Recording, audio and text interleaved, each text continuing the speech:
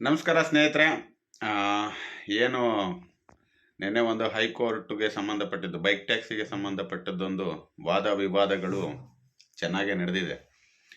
ತಮ್ಮೆಲ್ರಿಗೂ ಕೂಡ ಗೊತ್ತಿರುವ ಹಾಗೆ ಬೈಕ್ ಟ್ಯಾಕ್ಸಿ ಅಂತಕ್ಕಂಥದ್ದನ್ನ ನೀವು ಅನುಮತಿಯನ್ನೇ ಕೊಡೋದಿಲ್ಲ ಅಂತ ಹೇಳುವುದಾದರೆ, ಈ ಹಿಂದಿನ BJP ಸರ್ಕಾರ ಅದಕ್ಕೆ ಕಾನೂನುಗಳನ್ನು ಹೇಗೆ ರೂಪಿಸಿತ್ತು? ಎಲೆಕ್ಟ್ರಿಕ್ ವೆಹಿಕಲ್ಗಳಿಗೆ ಸಂಬಂಧಪಟ್ಟಂತೆ ಏನು BJP ಸರ್ಕಾರ ಎಲೆಕ್ಟ್ರಿಕ್ ನೀತಿ ಅನ್ನುವ ಯೋಜನೆಯ ಅಡಿಯಲ್ಲಿ ಎಲೆಕ್ಟ್ರಿಕ್ ವಾಹನಗಳಿಗೆ ಪರ್ಮಿಷನ್ ಅನ್ನು ಕೊಟ್ಟಿತ್ತು, ಅದನ್ನ ಪ್ರಬಲವಾಗಿ ಹೈಕೋರ್ಟ್ ಪ್ರಶ್ನೆಯನ್ನ ಮಾಡಿದೆ.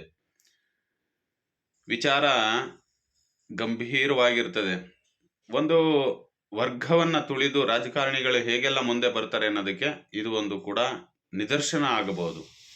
ಏಕೆಂದ್ರೆ ರಿಕ್ಷಾ ಚಾಲನೆ ಮತ್ತು ಸ್ವಯಂ ಉದ್ಯೋಗಿಗಳ ದೊಡ್ಡ ಒಂದು ಉದ್ಯೋಗ ಸೃಷ್ಟಿಯೇ ಇರತಕ್ಕಂತಹ ಒಂದು ರಾಜ್ಯದಲ್ಲಿ ಸರ್ಕಾರಗಳು ಏಕಾಏಕಿ ಎಲೆಕ್ಟ್ರಿಕ್ನಂತಹ ನೀತಿಗಳನ್ನ ಹೇಗೆ ಕಾನೂನಾಗಿ ಮಾರ್ಪಡಿಸ್ತಾರೆ ಅಂತಕ್ಕಂಥದ್ದನ್ನ ಇಲ್ಲಿ ನಾವು ದೊಡ್ಡ ಮಟ್ಟಕ್ಕೆ ಕಾಣಬಹುದು.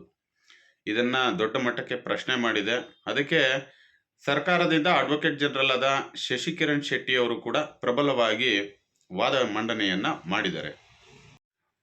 ಪ್ರಯಾಣಿಕರನ್ನು ಸಾಗಿಸಲು ಅಥವಾ ಬಾಡಿಗೆಗೆ ಅದರ ಬಳಕೆ ಮಾಡಬಹುದು ಎಂದು ಶಾಸನದಲ್ಲಿ ವ್ಯಾಖ್ಯಾನಿಸದೇ ಇರುವುದರಿಂದ ಮೋಟಾರ್ ಸೈಕಲ್ಗಳಿಗೆ ಸಾರಿಗೆ ವಾಹನಗಳಾಗಿ ಪರಿವರ್ತನೆ ಆಗೋದಿಲ್ಲ ಎಂದು ರಾಜ್ಯ ಸರ್ಕಾರವು ಶುಕ್ರವಾರ ಹೈಕೋರ್ಟ್ನಲ್ಲಿ ಪ್ರಬಲವಾಗಿ ವಾದವನ್ನು ಮಂಡನೆ ಮಾಡಿದೆ.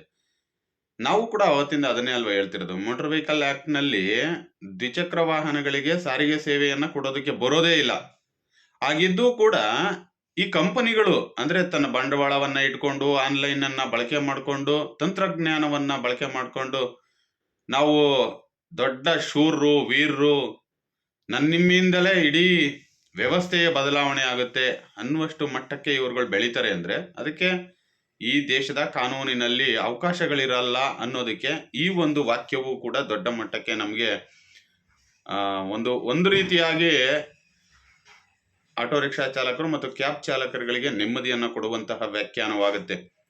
ಪ್ರಯಾಣಿಕರನ್ನು ಸಾಗಿಸಲು ಅಥವಾ ಬಾಡಿಗೆಗೆ ಅದರ ಬಳಕೆ ಮಾಡಬಹುದು ಎಂದು ಶಾಸನದಲ್ಲಿ ವ್ಯಾಖ್ಯಾನಿಸದೇ ಇರುವುದರಿಂದ ಮೋಟಾರ್ ಸೈಕಲ್ಗಳಿಗೆ ಸಾರಿಗೆ ವಾಹನಗಳಾಗುವುದಿಲ್ಲ ಎಂದು ಇದನ್ನ ಪ್ರಬಲವಾಗಿ ನಮ್ಮ ಶಶಿಕಿರಣ್ ಶೆಟ್ಟಿ ಅವರು ಅಡ್ವೊಕೇಟ್ ಜನರಲ್ ಅವರು ವಾದ ಮಂಡನೆಯನ್ನ ಮಾಡಿದ್ದಾರೆ ಕರ್ನಾಟಕ ಹೈಕೋರ್ಟ್ನಲ್ಲಿ ಸ್ನೇಹಿತರೆ.